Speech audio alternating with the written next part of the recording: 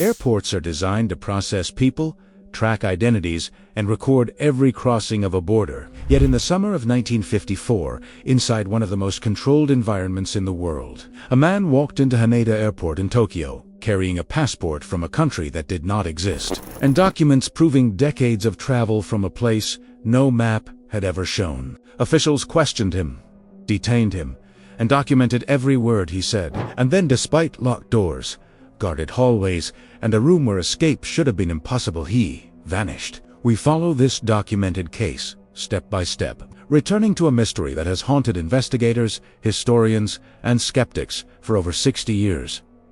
A man who appeared out of nowhere and returned to nowhere. Everything you will hear in this story comes from recorded reports, official testimonies, and documented evidence from the airport that day. A case that forces us to confront a chilling possibility that sometimes reality is not as fixed as we think. The morning light over Tokyo had a washed-out, metallic quality on July 10, 1954. The kind of dull haze that forms after a night of heavy humidity. Airport workers at Haneda were already drenched in heat as they moved through the routine rhythm of customs checks, immigration stamps, and the low drone of propeller engines idling on the tarmac. Nothing about that morning hinted that something impossible was about to step into their world. Just before 10 a.m., a man approached the immigration counter. He was neatly dressed in a gray business suit, holding a leather briefcase worn at the edges from constant use. He appeared calm, confident, and collected just. Another foreign businessman, perhaps European, perhaps traveling for trade negotiations. His manner suggested someone accustomed to crossing borders without difficulty. But as he reached the counter and presented his passport, the air inside the immigration booth shifted. The officer's eyes lifted. His brows tightened.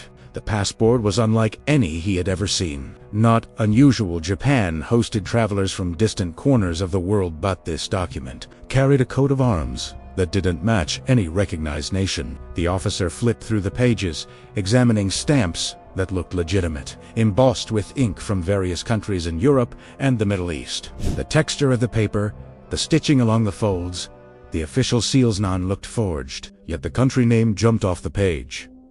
Tordenedli officer asked the man to state his nationality. The man answered with an unshakable calm. He was from Tord. He said it as though the name should have meant something, as though it belonged comfortably among the countries of a world everyone shared. The officer excused himself and brought two more officials. They examined the passport under the light, whispered among themselves, and checked lists of foreign nations allowed entry into Japan. It wasn't there. It wasn't anywhere. Yet the stamps from previous travels included Japan itself, previous visits he had allegedly made over the last 5 years. When they questioned the man about his origins, he appeared confused, not nervous, not evasive, but genuinely puzzled that they didn't recognize his homeland. He claimed Tord was located between France and Spain. The officials looked at one another. The region he described corresponded to Andorra, a principality known for centuries. When they showed him a map, the man grew frustrated, insisting that Andorra was not his country and had never existed on any map he had known. He said Tord had been an independent nation for more than 1,000 years. It was the certainty in his voice that chilled the room. The man wasn't guessing. He spoke with the confidence of someone stating their birthplace, something woven into their identity. The officials questioned him further. Why was he visiting Japan? Business, he said. His company had offices both in Tord and Japan. He even produced documentation letters, company contracts, bank correspondences. Everything was correct in format, appearance, and detail. Except for one thing, none of the companies listed existed. By midday, the situation had escalated. The man was escorted to a separate immigration office, while authorities contacted European embassies, hoping to confirm the existence of Tord or at least identify the man through alternative channels. Every embassy responded the same way. They had never heard of him, nor of his country.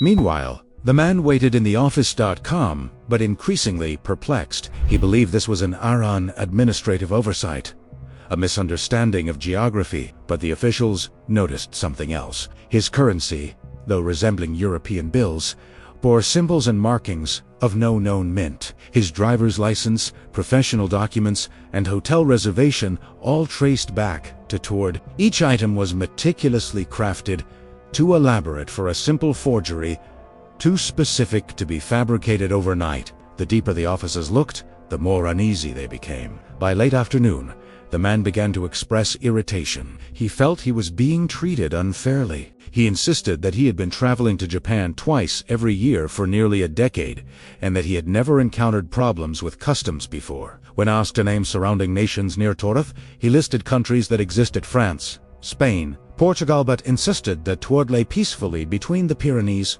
When asked about global politics, he referenced events familiar to the officers, but with subtle, unsettling differences. Nothing dramatic, no alternate histories, but slight inconsistencies that made their skin crawl. In desperation, the officials presented him with maps of Europe from various eras. Old maps, new maps, post-war maps, even administrative charts.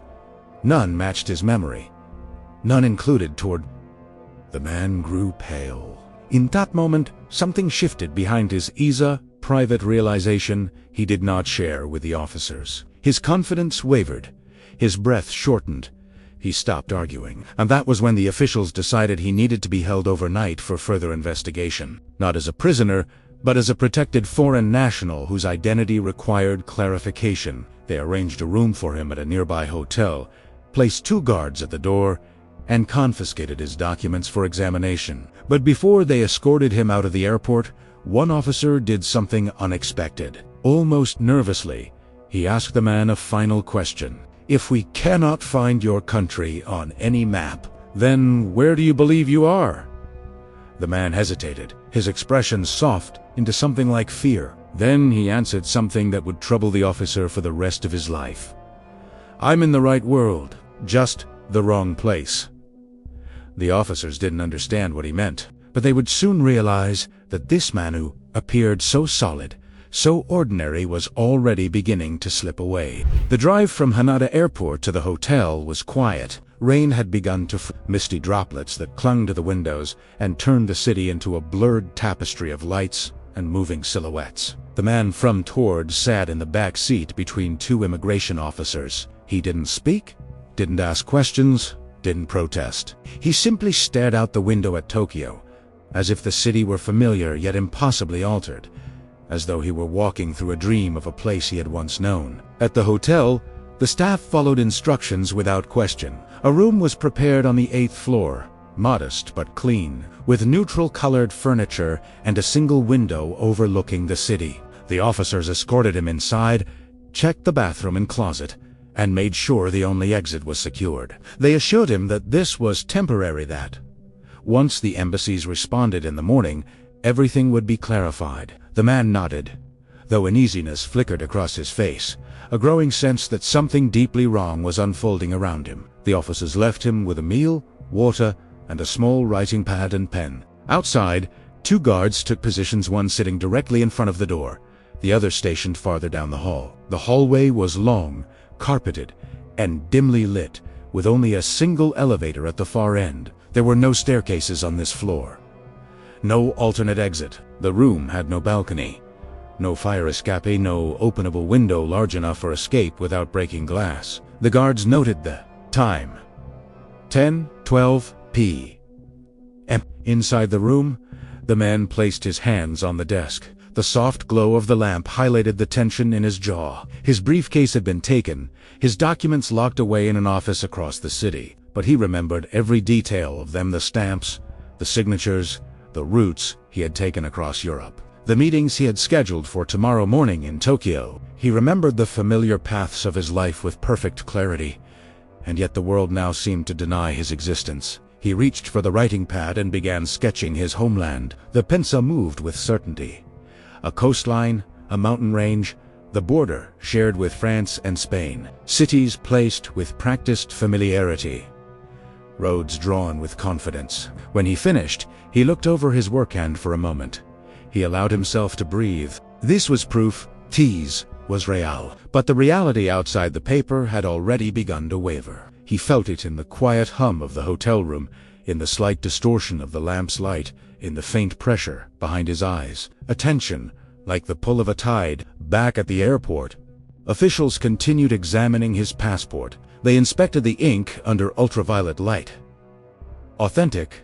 They checked the perforations used in European passport manufacturing, perfectly aligned. They compared the stamps against known templates. Many were unfamiliar, but none showed signs of forgery. If someone had crafted a fake identity, it was a masterpiece beyond what any counterfeiter of the era could produce. One officer, overwhelmed by the impossibility of it, quietly asked his superior whether they could be dealing with a spy. It was, after all, the Cold War. Men carried secrets across continents.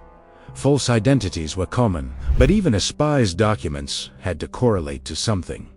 Somewhere. This man's documents correlated to nothing. Around midnight, the officers contacted the hotel guards.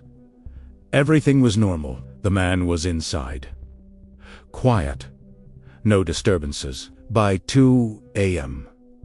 The rain had strengthened. Thunder rolled over Tokyo, muffled by the thick night clouds. Inside the hotel, the hallway lights flickered once, quickly, then returned to normal. The guard outside the door remained alert, hands folded in front of him, listening to the muted hum of the elevator and distant rumble of the storm. At 3:11 a.m., something changed. The guard heard a faint noise from inside the room, not a crash, not a thud, but a sound like a sharp exhale, abrupt and unnatural.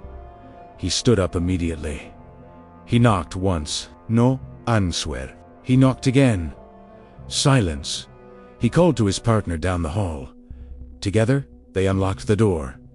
The room was empty. No signs of struggle, no open window, no broken glass, no footprints on the carpet other than the man's original steps. The writing pad was still on the desk, untouched. The bed had not been slept in. The bathroom was empty.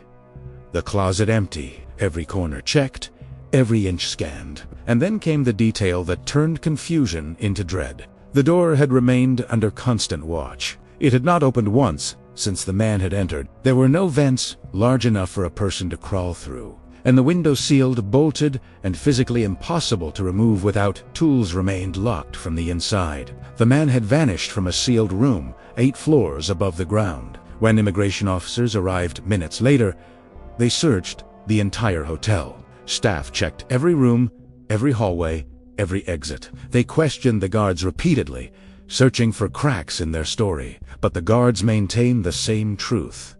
They had watched the door continuously. No one had gone in, no one had gone out. The man from Tord had simply stopped existing in this place. By sunrise, the hotel had been combed from top to bottom.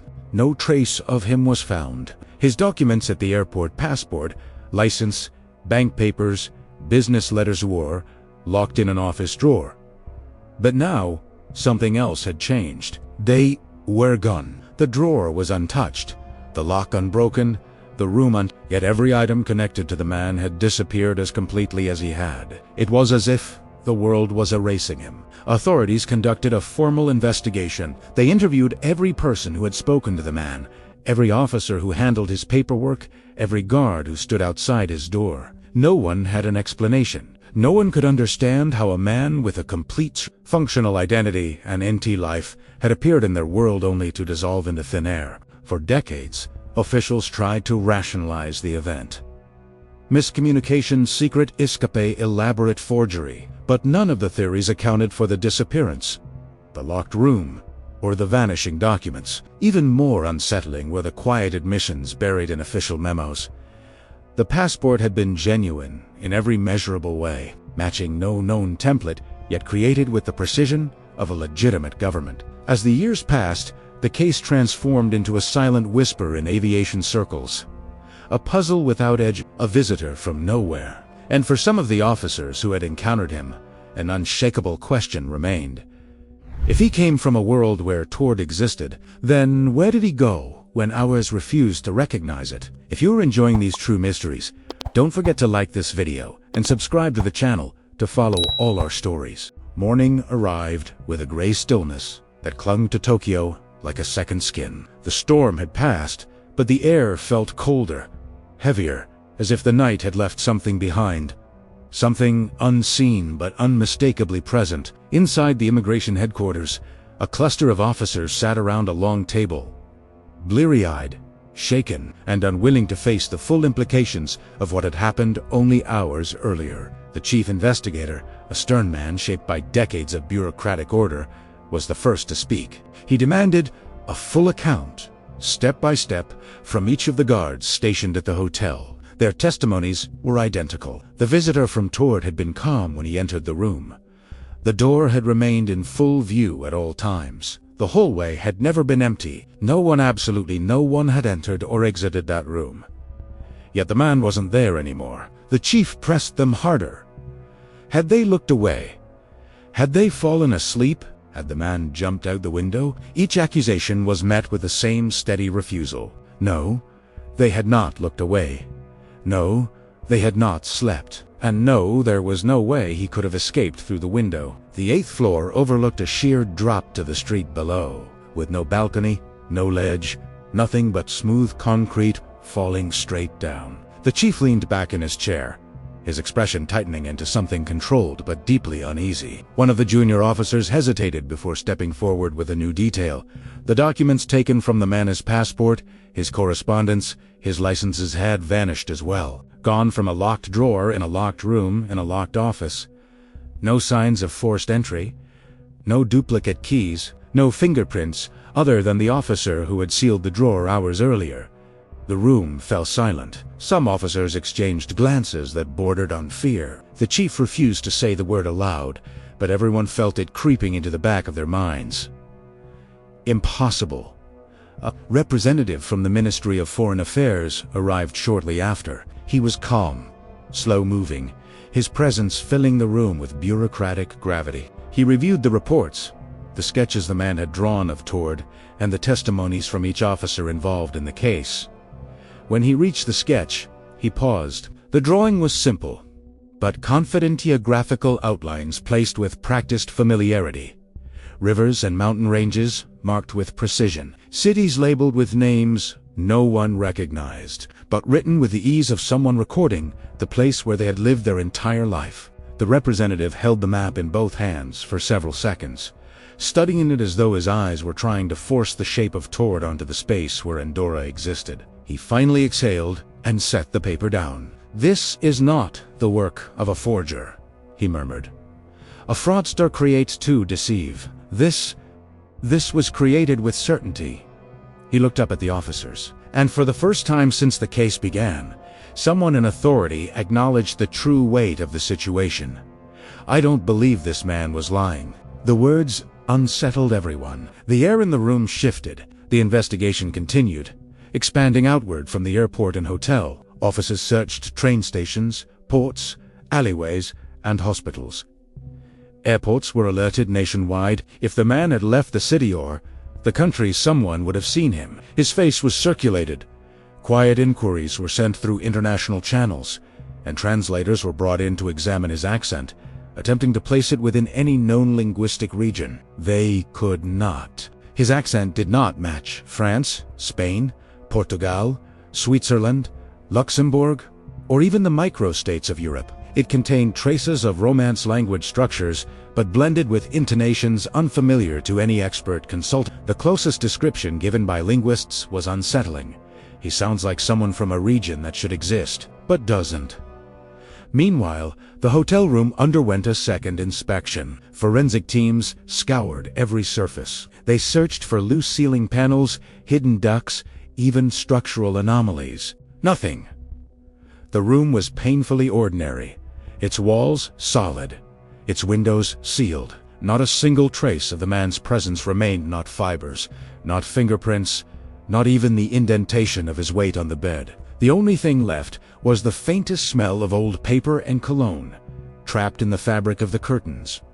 A ghost of something that shouldn't have been possible. The public never heard about the disappearance. Newspapers were not informed. The officers involved were instructed to remain silent, to discuss the case only within approved channels. Japan, still reconstructing its identity after the war, could not afford the kind of panic such a story might generate. But inside the immigration office, the case continued to metastasize into something larger than a bureaucratic puzzle. It became a quiet obsession, one whispered about during late-night shifts past, down in secret over the years, retold by officers who could not forget the look in the man's eyes when he realized he did not belong in this world.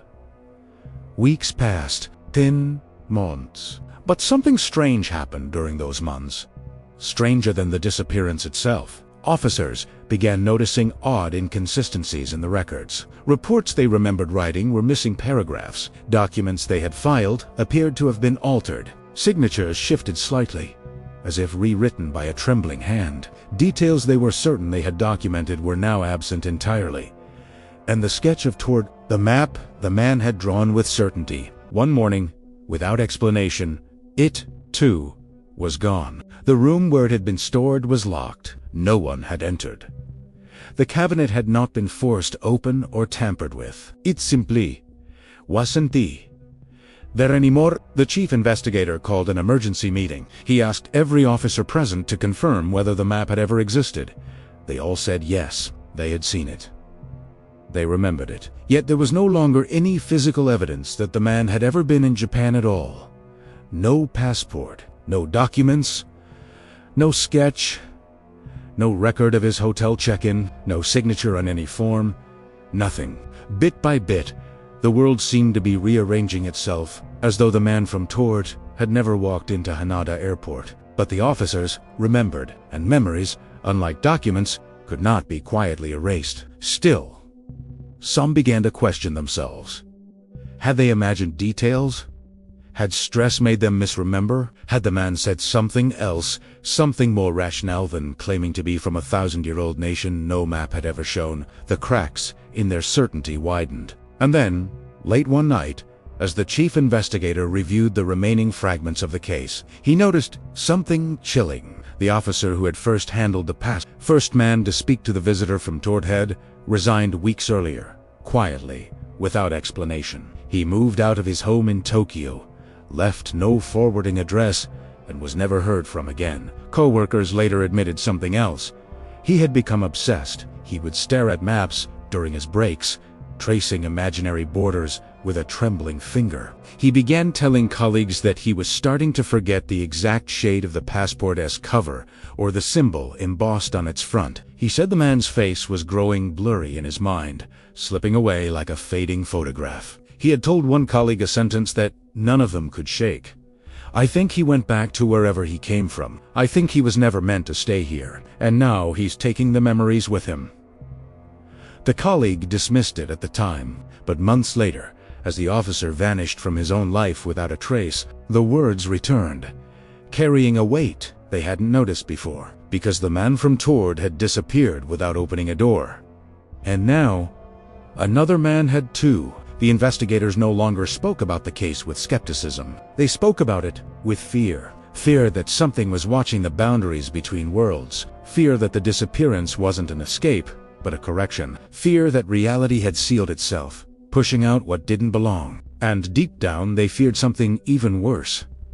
That the man from Tord had not been the first anomaly, only the first one they had noticed. In the years that followed the disappearance, the Tord case became a quiet splinter in the minds of the few who had witnessed it, a splinter that never fully worked its way out. Most of the original officers eventually retired, moved away, or simply stopped speaking of it. But the story lingered in their lives, like a shadow that lengthened over time, returning in quiet moments. A glance at a map, a passport inspection, a dream that left them waking in a cold sweat. Yet while the memory faded for some, for others it hardened, becoming an obsession that pulled them deeper into questions that had no comfortable answers. One of them was Inspector Hayato Nishi. Hayato had been a young officer during the Tord incident, barely in his 20s, still idealistic and eager to serve. He had not been one of the men directly involved with the mysterious visitor, but he had participated in the hotel search afterward. He had seen the empty room, had felt that heavy, unnatural stillness in the air, and had spent years replaying every detail in his mind. Unlike his colleagues, he did not try to forget. He tried to understand. For nearly a decade, Hayato collected stories, odd border anomalies, unregistered travelers, rare instances of missing passengers reported by foreign airports. Most were easily explained. A clerical error, a miscommunication, an unreported visa, but every so often, something crossed his desk that sent a familiar chill across his spine. Passengers whose travel stamps didn't match existing airport codes, foreigners insisting they had booked hotels that didn't exist, travel documents issued by cities no one had ever heard of. When questioned, these travelers usually became confused, then embarrassed, and finally dismissive. They attributed it to exhaustion or poor memory, but Hayato recognized the tremor in their voices, the way their eyes darted across maps as though something were missing, something only they could see.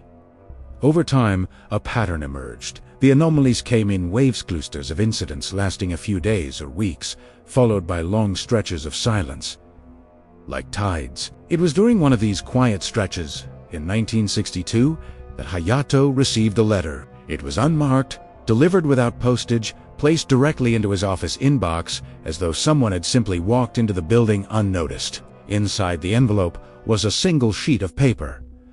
No greeting, no signature, just one sentence. "You are right to keep looking." Beneath it, a map, European borders drawn with unfamiliar precision, with one nation labeled at the heart of the Pyrenees. Its name, written in steady, confident handwriting. Hayato stared at it for minutes before realizing something else.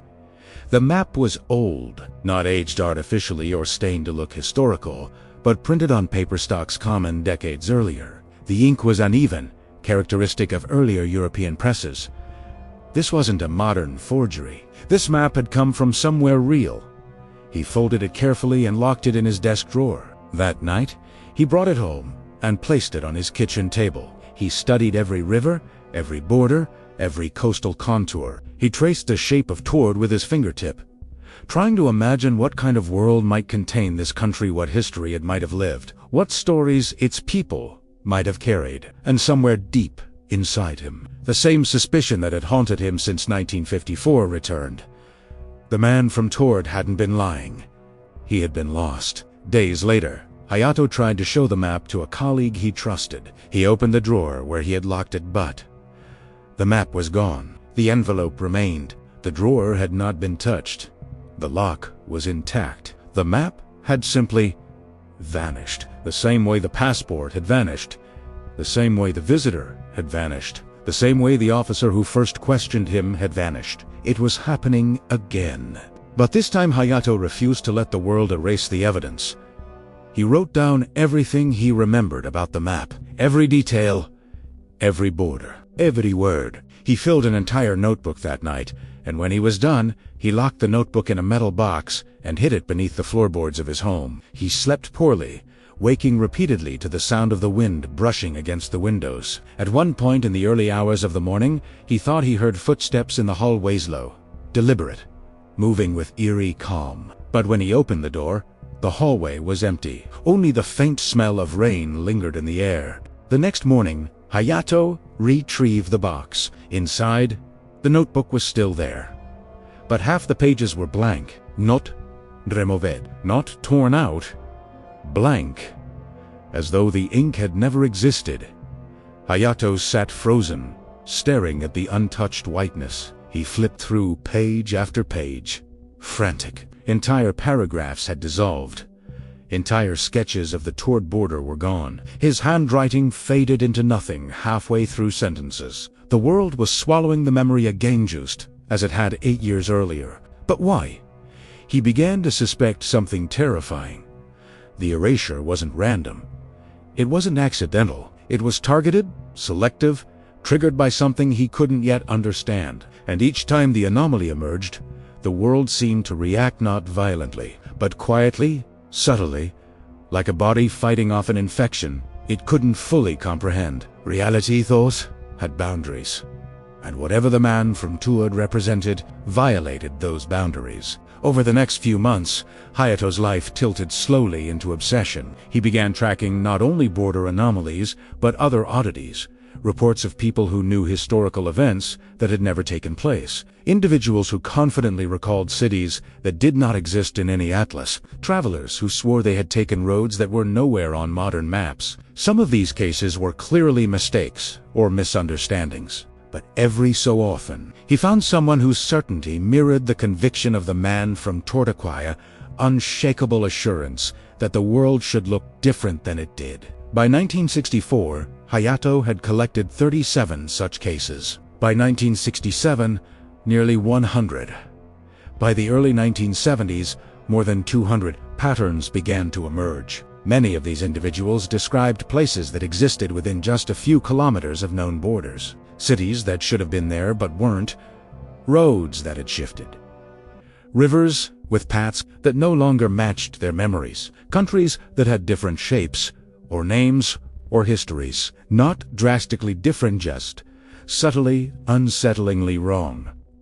Like toward a country that should have existed between France and Spain, but didn't.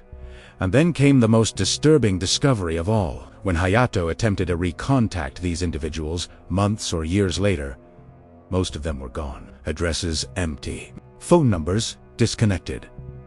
Records erased. Families claiming not to know who he was talking about. The disappearances were not dramatic, not violent, not public. Just quiet erasures. One by one, their traces dissolved from the world until only Hayato's fragmented memories remained. And as those memories grew sharper, more urgent, one final realization settled over him like a freezing shadow. The man from Tord was not an isolated event. He was proof of a pattern, one that stretched across decades, continents, and lives. A pattern suggesting something terrifying. People were slipping through the cracks between worlds, and the world they landed in did not always let them stay. The final thread of this mystery tightened in the winter of 1977, more than 20 years after the man from Tord vanished without opening a door. Inspector Hayato Nishimura, now older and worn by obsession, had spent the better part of his career tracking anomalies that resembled the Tord case, travelers with impossible passports, memories that clashed with recorded history, and people who insisted they came from places no map had ever shown. Most of these incidents were explainable.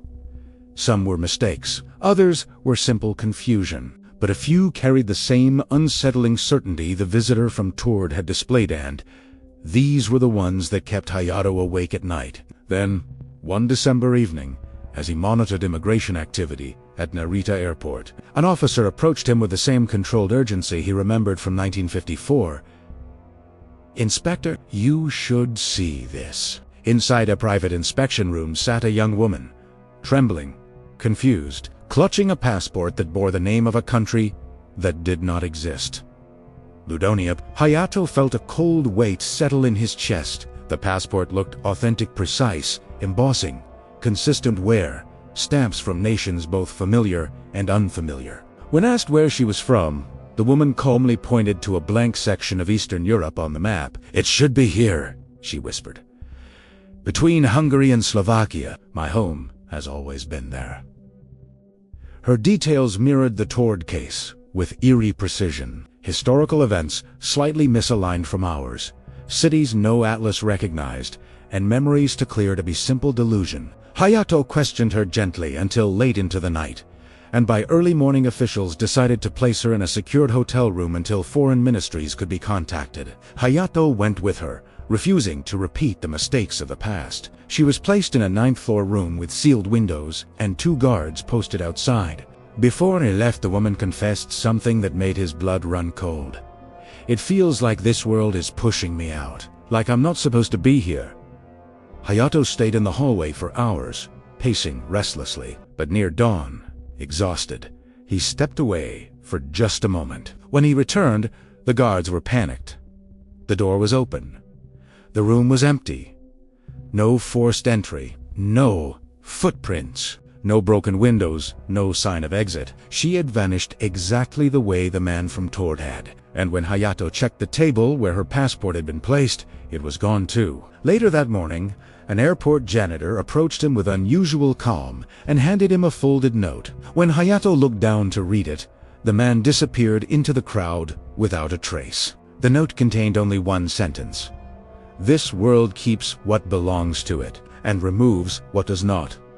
In the following years, similar anomalies continued. Passports from non-existent nations, travelers who recognized cities that didn't exist, and people who described histories just slightly different from our own. Many vanished soon after being questioned. Documents dissolved, records emptied, memories faded. It was as if reality itself corrected the intrusion. Before his death in 1983, Hayato wrote one last message in a notebook he kept hidden.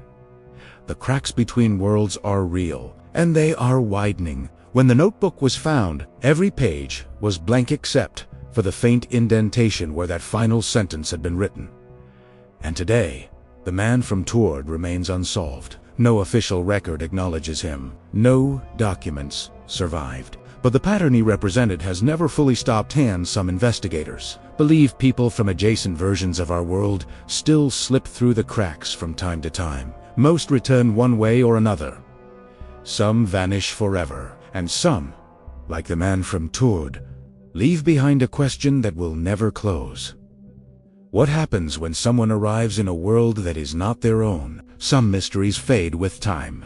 Others grow sharper, colder, more unsettling the longer we stare at them. The case of the man from Tord belongs to the second kind of story that doesn't close, but instead lingers like a question carved into the dark. A man appears in one world with proof of another. He vanishes without opening a door. His documents dissolve from locked drawers. And decades later, others begin to slip through the same invisible cracks. If these events were isolated, we might dismiss them as coincidence, confusion, or human error. But taken together, they form a quiet pattern, one that suggests our world may not be the sealed, stable place we imagine.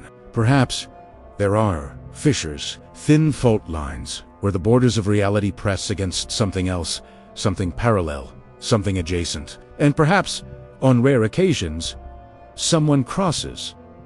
What happened to the man from Tord? We may never know. But those who heard his voice, who saw his certainty, who felt the air shift around him, they carried the weight of his truth until the end of their lives. And now, we carry it too. Now tell us which mystery you'd like to see, and subscribe to the channel to follow all our mysteries. Thank you, and see you in the next video.